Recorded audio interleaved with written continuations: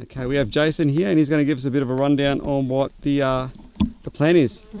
Okay guys, I've got a bit of a different plan today. I've been busy over the last few days researching these crosshair antennas that IB Crazy has been developing. So what we're going to do is test that against the helical that I've been using in the past. And they're both roughly about 10 dBi, so it'll be really interesting to see how they compare.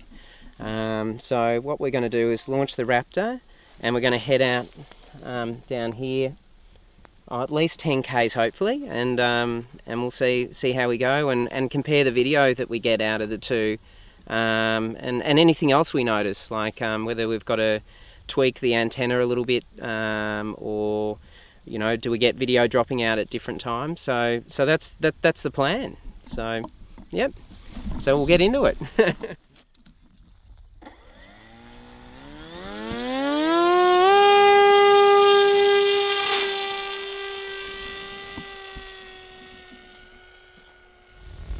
Anything to report at the moment? Image is good, extremely good actually. Just trying to gain a little bit of altitude. We've got a northerly blowing which is on the tail of the plane, so it's always difficult to gain altitude that way. So I've just got the elevator running a little bit. So we've already cleared the 1 kilometre mark. Image is good. 100 metres. So is that altitude? 100? Yeah, 100 metres altitude. So I want to get up to about 250 by the end of the stretch at minimum. Just kind of try to be easy on the throttle as well. I'm running a 5000 milliamp hour battery now, and that's throwing the CG out just a little bit. So I think it's going to be a little bit of tweaking to get it right. But look, when there's no wind like this, it's a good time to check the trim of the plane. So it's actually tracking really well, and yeah, we've hit the 2k mark now, 120 metres. Image is still good. Okay, now it's worth mentioning that you actually went for a flight this morning, is that correct? Yeah, I had an attempt with the new Crosshair, and I wanted to just see how it went, but it was rather windy, and yeah, it wasn't performing particularly well. Okay, so you had this attempt out at this flight this morning. Now I noticed you were actually SMSing me. Yes, I texted you while it was flying back.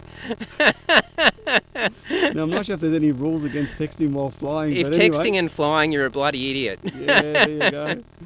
No, I was surprised because I thought there's no way known Jason could actually be flying because he's texting me, you know what I mean? Or you kept texting back, it was really funny, so I had to keep popping the goggles off to have a look what you'd written. Probably not a good idea, but yeah, look, it performed all right this morning, but I've made some slight modifications so the elements is the same height from the reflector, and yeah, it's so hard to pinpoint subtle changes in performance, but we can only try. Okay. So we're at 5k's and image is really good. Well, I had a look at our system, and at 3k's your video was still good. So, which is what we sort of expected. Did you get any dropouts at 3k's? Just a little bit, but I think there must be something out there, because regardless of what antenna we use, around 2.5–3 k's, we always have some little issues. Well, I think at the 3k mark I had no video, and return to home kicked in, which made it that little bit more exciting. Yeah, it was a bit thrilling there, the blue screen of death. Yes. But that wasn't too bad. I mean, this was stock standard free sky out to 3k's. Yeah. And I wasn't sort of standing on a cliff face or anything like that, so no, it wasn't too bad at all. What I'm going to do is try and get away from my patch. Sorry, the crosshair. But where are we? So what sort of distance are we at now, and how are things looking? 9k's, bit grainy, but I think it's partly to do with the lack of altitude. You know, I'm only at just a smidge under 300 metres.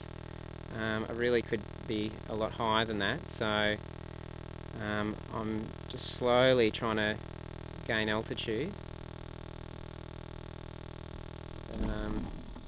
Get some good patches, like at the moment the video isn't too bad. I can make out the paddocks and where I am exactly, so the RSSI is good. You just got to be conscious that you sort of don't point the antenna at the plane. But yeah, I'm just holding tight, and we'll keep pressing ahead. So we're just about to hit the 10k mark. Funny. Okay. Well, other than that, it's really good. Like, it's still really clear. Like, I can still tell what things are. It's just that it's kind of weird because it seems like I'm white. Is yours grainy at all, or? A bit grainy. Like, now it's getting a bit kind of noisy. Yeah. Well, that's similar sort of performance to what I'm getting. Now it's gone. Yours is gone, has it? Yeah, now I can see a lot better. As in, your image is good, or? Yeah. Well, then now mine's got some weird lines going through it. Kind of like diagonal lines, and then one big band going through from left to right. Okay. So we're at the 15km mark. We've run into problems, so I'll switch return to home on. It's just flipped right over, but it's on its way home now. Yeah. So I don't know what happened there. Maybe there's some interference on the something. Yeah, I don't know. I can't quite see the RSSI, but we're on our way back. Probably about half the speed that we were going before, so we're doing 35k's an hour versus about 60. But look, I'm impressed with that. That the 400 milliwatt transmitter has got me out that far. Bit disappointed with the crosshair performance. The Helical just simply outperformed it. The Helical is far easier to build. So, look, it's interesting. We've learnt something. So, yeah. This is good. Do you want to fly it for a bit, Thomas? Fly it? Yeah. Okay. Yeah. Not with the GoPro, but. Yeah, let me take it down. It's there. I cannot lose it now. You got him? Yeah. All right. It's got return to home on. It's pretty well trimmed, so it'll do what it's meant to. Do you want them? Okay. So you can at least say you've flown an aircraft 15k's away. Mhm. So how was it, Tom? It's actually quite good. Hey, that means you've FPV'd further than me. I'm not really in control right now. Well, it's just flying itself, really, which is good. Yeah. But I'll be interested. Yeah. Oh, look, I prefer making the helicals. So, Well, I found, it was the first time I actually played around with the helical, as you know, turning it around, and it was actually easy to tune, wasn't it? Like, you can tell straight away, can't you? You sort of turn it one way, and yeah. the signal starts dropping it off, turn it the other way, and just go smack bang in the middle, and you're fine. Yeah, it's really easy to trim, whereas that, it's not easy. I actually had difficulty trying to find a sweet spot. Yeah, I couldn't find... The helical was really predictable. Well, I like sort of, I like how the helical mounts on the 5.8 gig receivers too, as in it's a nice neat fit with that unusual SMA connector. This is a little bit more of a hassle. I just don't know how I can improve the tolerances. Like, I'm a pretty finicky type of guy, but yeah, it's a real technique to build the thing. So Good. we're coming back. Yeah. 13k's away. What sort of speed you doing, Tom? 34, 33, around there. That's kilometres. So what are your thoughts? It's really surprising, isn't it? Yeah, I'm a bit disappointed with the crosshair, to be honest. But look, everyone's experience with these things is different. As IB Crazy says, that people's conditions in different areas are different. You know, their ability to build certain types of antennas is, you know, different. So yeah, it's made it interesting. Yeah, I suppose I'm a little disappointed, but I mean, look, it did better. He's better than the Cloverleaf that I was using. Yeah. Obviously. Yeah. But obviously nowhere near as good as the no, those helicals Helical. are really impressive. I'm really impressed with. That's the first time I've actually played around with trying to tune it, as in moving it around, and it was so easy to do. Oh, look, you can find that sweet spot, and I mean, we're not mucking around. It's a no-brainer, isn't it? Yeah, 16 kilometres away. We're not mucking around. Like it's No. it's a fair distance. What distance are we at the moment? 11. So I reckon it's going to be another 15 minutes until we see it. I don't know what the altitude It's is. funny because they've punched out so quickly out to that distance. Yeah. 11. Yeah, yeah, that's a trap actually. You can get carried away and think, oh, this is great, and then you've got to be careful.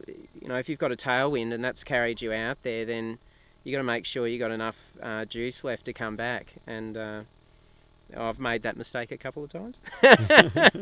But it's hard when your current sensor's not telling you, you know, really what's happening. No, that's a pain, isn't it? Yeah. Now, Thomas, when we've been flying lately, we've had, like especially at the beach, we had surfers and people stopping by and watching us and all that. So we tend to get a lot of spectators, don't we? Yeah. So does Jason, doesn't he? Yeah. Shall we show Jason spectators? Yeah. That's Barry, Frank, There Bob. you go. Sean. It's actually funny. I think this is the first time we've ever seen these guys, isn't it? Yeah, well, I've seen them like way down there. Well, they knew we brought out the heavy duty equipment.